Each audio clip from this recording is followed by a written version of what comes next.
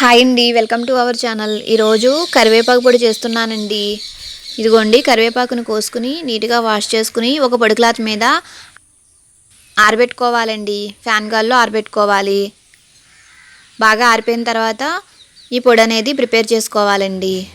ఇప్పుడు ప్రిపేర్ చేసుకుందామండి. స్టవ్ వెలిగించి ఒక బాండీ పెట్టుకుని దాంట్లో 50 గ్రాముల మినపగుళ్ళు, 50 గ్రాముల పచ్చిశనగపప్పు, 50 గ్రాముల వేరుశనగుళ్ళు వేసి డ్రై రోస్ట్ చేసుకోవాలండి. ఇదిగోండి, కొంచెం వేయించుకోవాలి. ఇలా కొంచెంగా ఎగినాయి కదండి. ఇప్పుడు 2 స్పూన్ల నువ్వులు వేసి ఒక 3 స్పూన్ల వరకు ఆయిల్ వేసుకోవాలండి. ఆయిల్ అనేది ఎక్కువ వేసుకోవక్కర్లేదు, ఈ పప్పులు తడిచేంత వరకు వేస్తే సరిపోద్దండి. ఇదిగోండి, ఈ విధంగా వేగిన తర్వాత ఒక ప్లేట్లో తీసుకోవాలి. ఇవి చల్లారాలండి. ఇప్పుడు మళ్ళీ అదే బాండీలో 3 స్పూన్ల వరకు ఆయిల్ వేసి ఆయిల్ వేడెక్కిన తర్వాత 1 స్పూన్ ఆవాలు వేసుకోవాలండి. అలాగే 3 స్పూన్లు ధనియాలు వేసి వేయించుకోవాలి. ఇప్పటి వరకు మన ఛానల్ని ఎవరైతే సబ్స్క్రైబ్ చేసుకోలేదో ప్లీజ్ సబ్స్క్రైబ్ చేసుకోండి. అలాగే పక్కనున్న బెల్ బటన్ ట్యాప్ చేసి ఆల్ అనే ఆప్షన్ కూడా క్లిక్ చేయండి. ఇలా చేయడం ద్వారా నేను పెట్టే ప్రతి వీడియో మీకు నోటిఫికేషన్ వస్తుంది.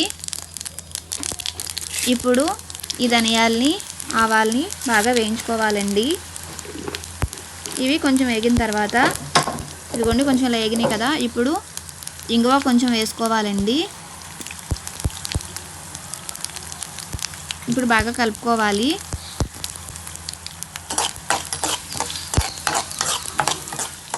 ఈ కరివేపాకు కారం అనేది అమ్మమ్మల కాలం నాటి చేసుకునే వంటకం అండి. ఈ కరివేపాకులో విటమిన్ ఏ పుష్కలంగా లభిస్తుంది.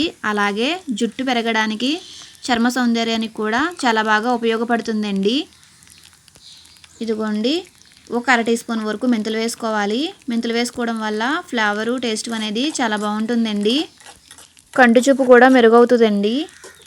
ఇదిగోండి, ఇలా వేగినాయి కదా. ఇప్పుడు మనం ఆరబెట్టుకున్న కరివేపాకును వేసుకోవాలి. ఫ్లేమ్ అనేది మీడియంలో పెట్టుకోవాలండి, ఎందుకంటే కరివేపాకు మాడిపోకుండా. ఇప్పుడు బాగా కలుపుకోవాలి.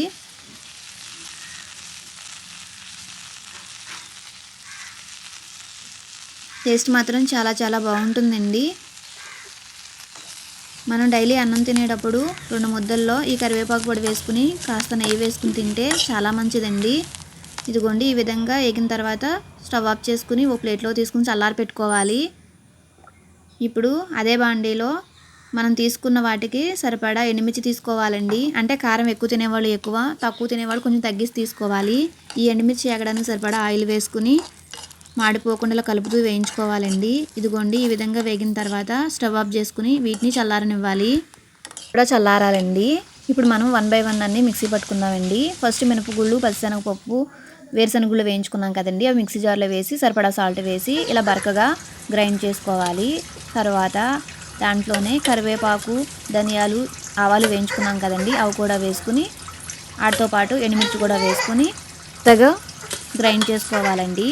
సాల్ట్ అనేది చూసుకోవాలండి, మనం సరిపడా వేసుకోవాలి. ఎంతో ఈజీగా చేసుకునే కరివేపాకు పొడి రెడీ అయిందండి. ఈ వీడియో మీకు నచ్చినట్లయితే లైక్ చేయండి, అలాగే షేర్ చేయండి. Thanks for watching.